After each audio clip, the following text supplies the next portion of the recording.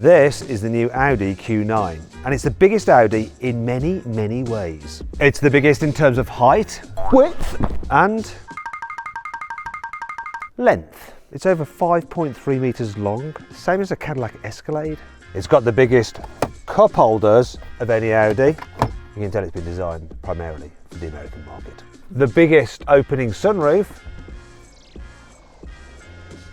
It's huge. The biggest OLED lighting panels is actually over 0.5 meters squared. The biggest grille and the biggest doors of any Audi. Plus they open electrically and close electrically as well.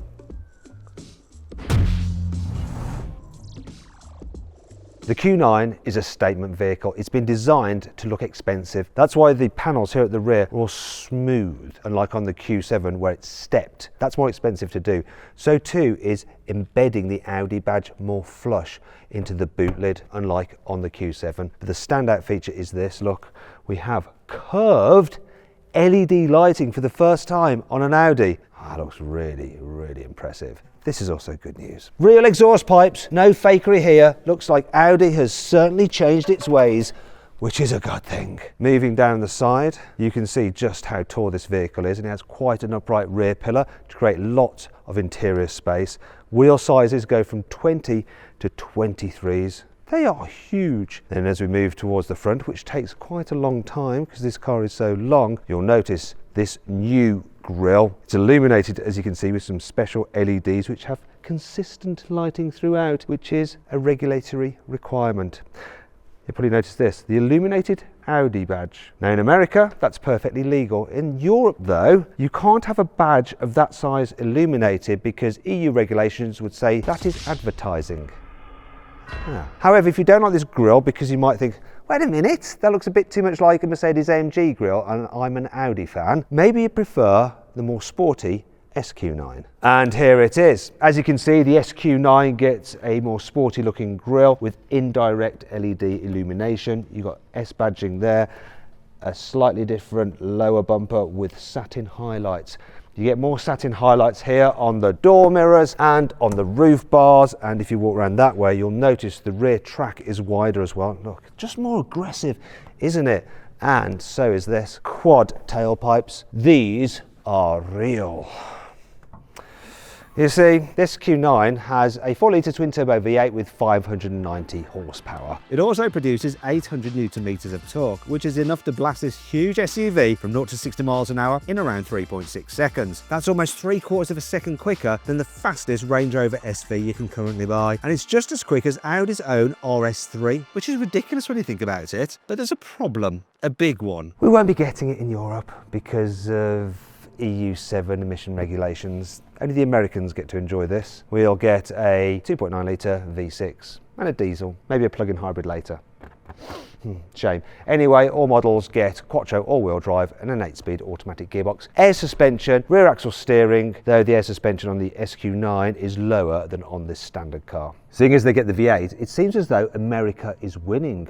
But it's not always the case because sometimes their regulations can also be a bit of an arse. In the past, they weren't allowed matrix LEDs. Now they are. However, there are some weird rules revolving around the other light functionality on this car. You see, you can change the signatures here at the back and at the front. But in America, in order to switch between the two, you actually have to physically lock the car and get out of it to switch between them. So I can't be bothered to do that now, and I'm going to get Dr. Michael from Audi. Hello there. To go through all that palaver for me.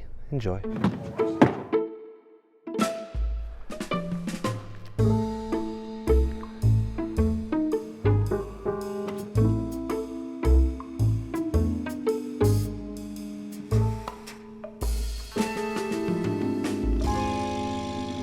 Sorry about getting you to do that, Michael. Anyway, I want to show you guys this. There's a proximity sensor at the rear of the vehicle, so if another vehicle gets too close, it'll do this, a warning to back away. Then there's a high level brake light which reflects in the rear window, so it's nice and clear. And let's say a cyclist is coming up the side of the car and there's still someone in it, it'll automatically display this warning triangle. But that is not my favourite bit. It is this, the indicators that project onto the ground to show other drivers that you're about to make a move. And let's just do it on the other side as well for completeness. Yeah, and while we're around here, I'll show you this as well. The puddle lighting isn't like any other puddle lighting. It opens up and rolls out like a carpet. Can you see? So when you open the door and then close it, it does that.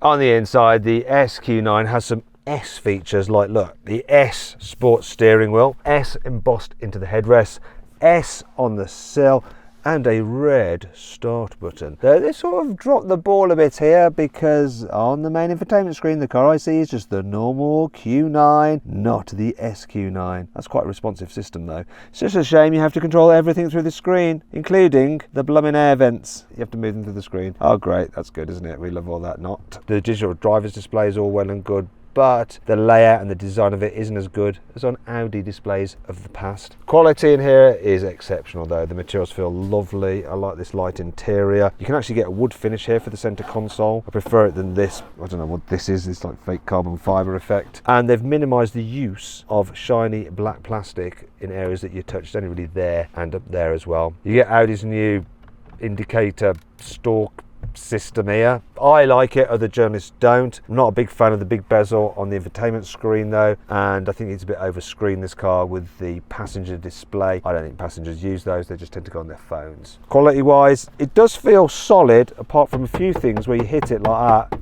it's a touch hollow. Other than that though, lots of room, plenty of cubby space, those massive cup holders, good storage under here, wireless charging, big door bins, large glove box, which is nicely damped and lined with felt. But the real luxury of this car is back there. Let me just shut the door.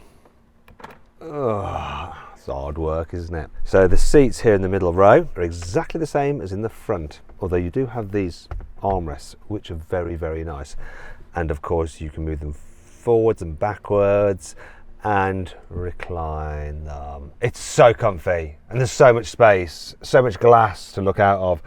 You have blinds as well if you don't want to look out so much, or you don't want people looking in. And if you need to get to the back seats, it's really easy, because you can just go through this gap if you want to, like this.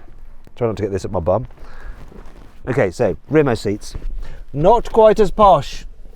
You're just filming my bottom there, Lewis. Not quite so posh. Headroom is good. Knee room is, it's all right, but you can always do that, though you'd have to let the other person put their leg through as well. Now to get out, come on. I can do it this way if I want, rather than walk through the middle. That beeping sound is just a warning if someone was sat there to get out of the way. And then I can hop out again, press the button, door opens on its own, and then I'll just birth myself out of here. Feet first. If you need to carry more passengers, you'll be able to get the Q9 with a 3-person bench seat in the middle row. That means you'll have a total of 7 seats available instead of just 6. And speaking of carrying things, let's check out the boot. To help you locate the hands-free tailgate sensor, look, projected on the ground is this little marker, so you know exactly where to waggle your foot. And then you can do it every single time. Even with all the seats in place, the boot is actually quite large. I can easily fit in here. Look, there's plenty of room for me. Oh, well done, Lewis. You're shutting the boot on my head. It's not going to bother me though, there's so much space. Yeah, very well done. Now let me out so I can get on with this. Come on. You can't operate things, you're the camera person, not the journalist. It's taken years and years of training to be able to do these kind of things. Anyhow, look, so you can fold down the seats by pressing this button here to put it into luggage mode. Unfortunately, due to the nature of those middle row chairs, they can't fold all the way down. That's about as good as they do, but there's still plenty of stowage area here. And if you look over here, there's a button there where you can alter the ride height of the car, so you can lower it down to make it easier to load.